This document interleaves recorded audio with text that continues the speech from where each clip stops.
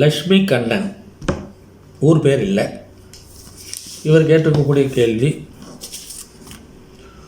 உபயலக்கணத்திற்கு பாதகாதிபதி சாரம் பெற்ற பாவகிரகம் அந்த லக்னத்துக்கு கேந்திரத்தில் அமர்ந்தால் பாதகத்தை செய்யுமா?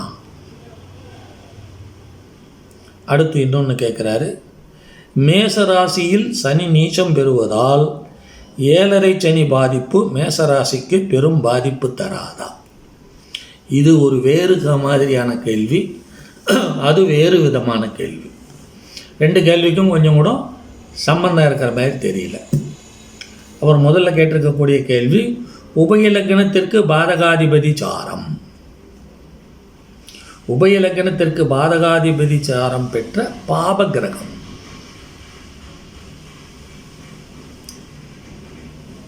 அப்போ உபயலக்கணத்துக்கு பாதகாதிபதி யாரு? அந்த பாதகாதிபதி பெற்ற சாரம் பெற்ற கிரகம் அந்த லக்னத்துக்கு யாரு? பாபகிரகம்னு அவரே சொல்லிட்டாரு, பாபகிரகமாகவே இருந்தது. அப்படின்னா கெடுதலை குறைச்சிக்கும். ஆனால் அந்த ஸ்தான பலம்ங்கிறதும் ஒன்று இருக்குது. அவங்க எந்த வீட்டில் நிற்கிறாங்க, அந்த வீட்டுக்காரன் என்ன ஆனால் அதையும் பார்க்கணும். அப்போ தான் இதுக்கு ஒரு முடிவான நிர்ணயத்தை கொண்டு வர முடியும்.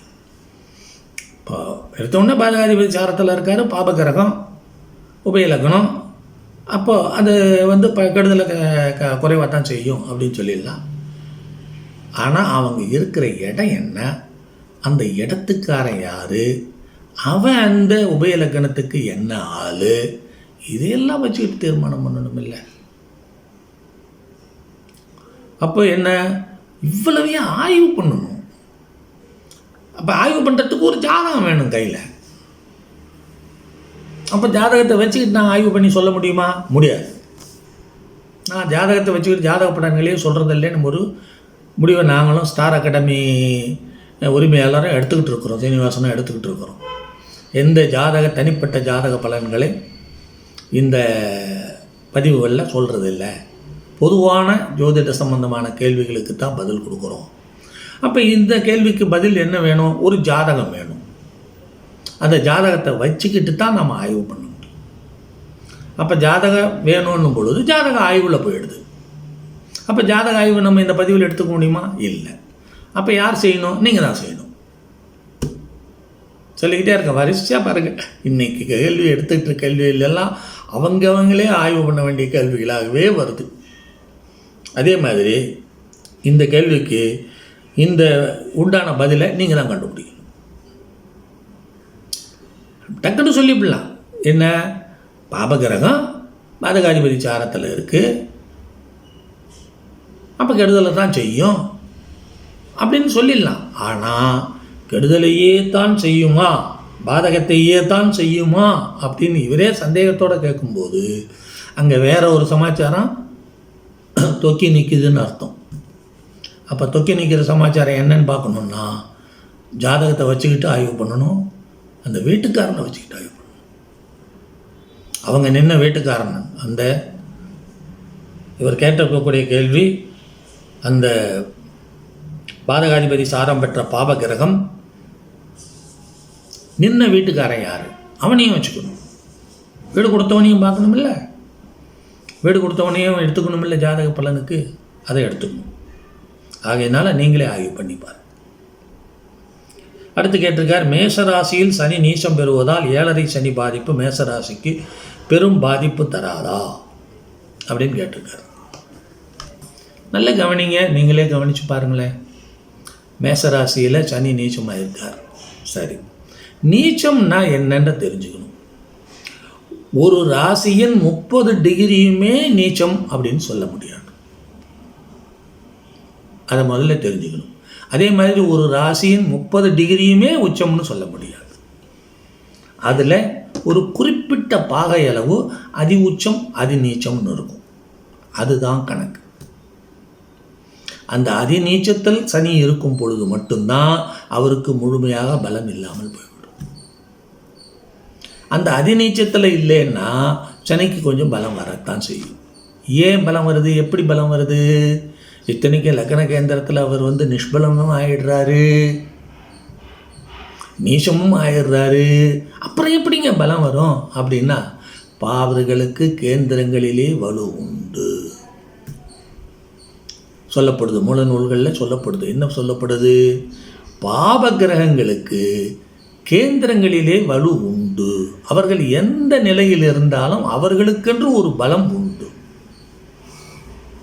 அதை இல்லைன்னு மறுக்கக்கூடாது அப்படின்னு சொல்லுது மூல நூல்கள், அழுத்தி சொல்லுது.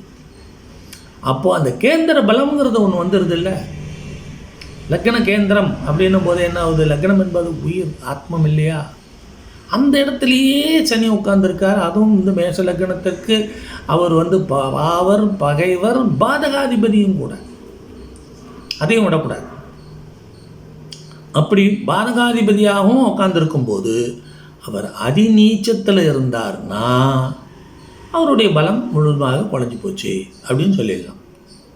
அந்த நீச்ச கணக்கு இருக்குது, நூல்களில் இருக்குது. அந்த கணக்கை பற்றி இப்போது நான் அந்த நூலை எடுத்து படித்து பார்த்தா தான் தெரியும். எனக்கெல்லாம் மறந்து போச்சு. ரொம்ப வருஷம் ஆச்சு நான் எழுதியதெல்லாம். அதில் கொடுத்துருக்கேன். எந்தெந்த இடத்துல உச்சபலம் எவ்வளோ தூரம் இருக்கும், நீச்ச பலம் எவ்வளோ தூரத்தில் இருக்கும் அப்படிங்கிறதெல்லாம் கொடுத்துருக்கேன்.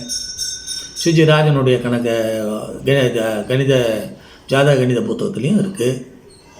அதை பார்த்துக்கோங்க, அதை எடுத்துக்கோங்க. ஆனால் அந்த அதிநீச்சத்தில் இருந்தால் மட்டுமே அவருடைய பலம் குறைஞ்சிவிடும். இப்போ அதிநீச்சத்தை விட்டு கொஞ்சம் தூரம் வந்துட்டார் அப்படின்னா அந்த நிஷ்பலத்தையும் நீச்சத்தையும் மீறி கேந்திர பலம் வேலை செய்யும். அப்போ 7 சனி மேசராசிக்கு பாதிப்பை கொடுக்கவே செய்யும். கொடுத்துருக்கிறத நான் பார்த்துருக்கேன், நிறைய ஜாதகங்களில் பார்த்துருக்கேன், அனுபவபூர்வமாகவும் பார்த்துருக்கேன்.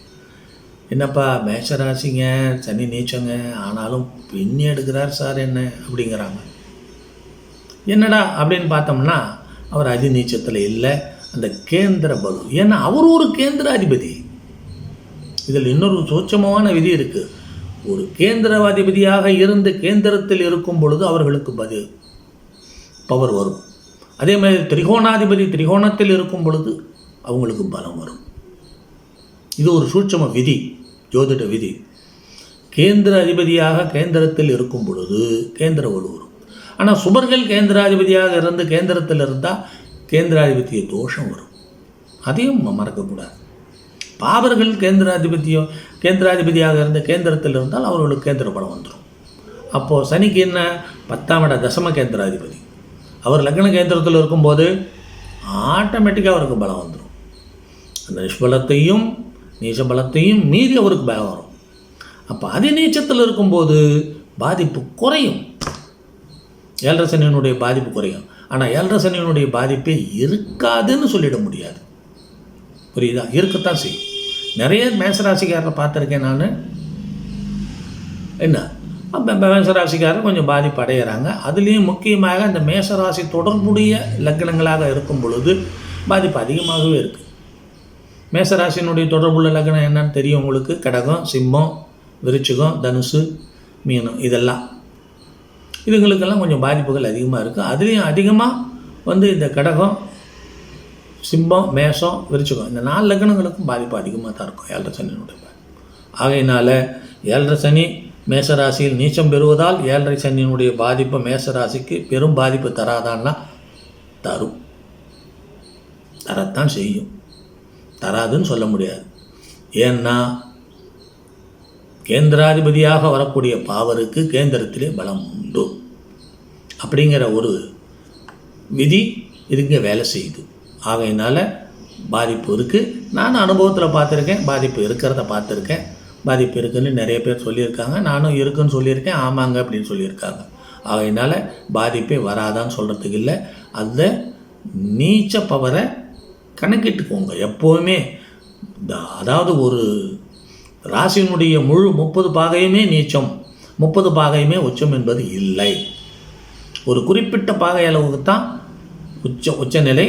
அது அதிஉச்ச நிலை, நீச்ச நிலை, அதிநீச்ச நிலைன்னு வரும். அதையெல்லாம் கணக்கில் எடுத்துக்கணும். அதை பார்த்துக்கோ.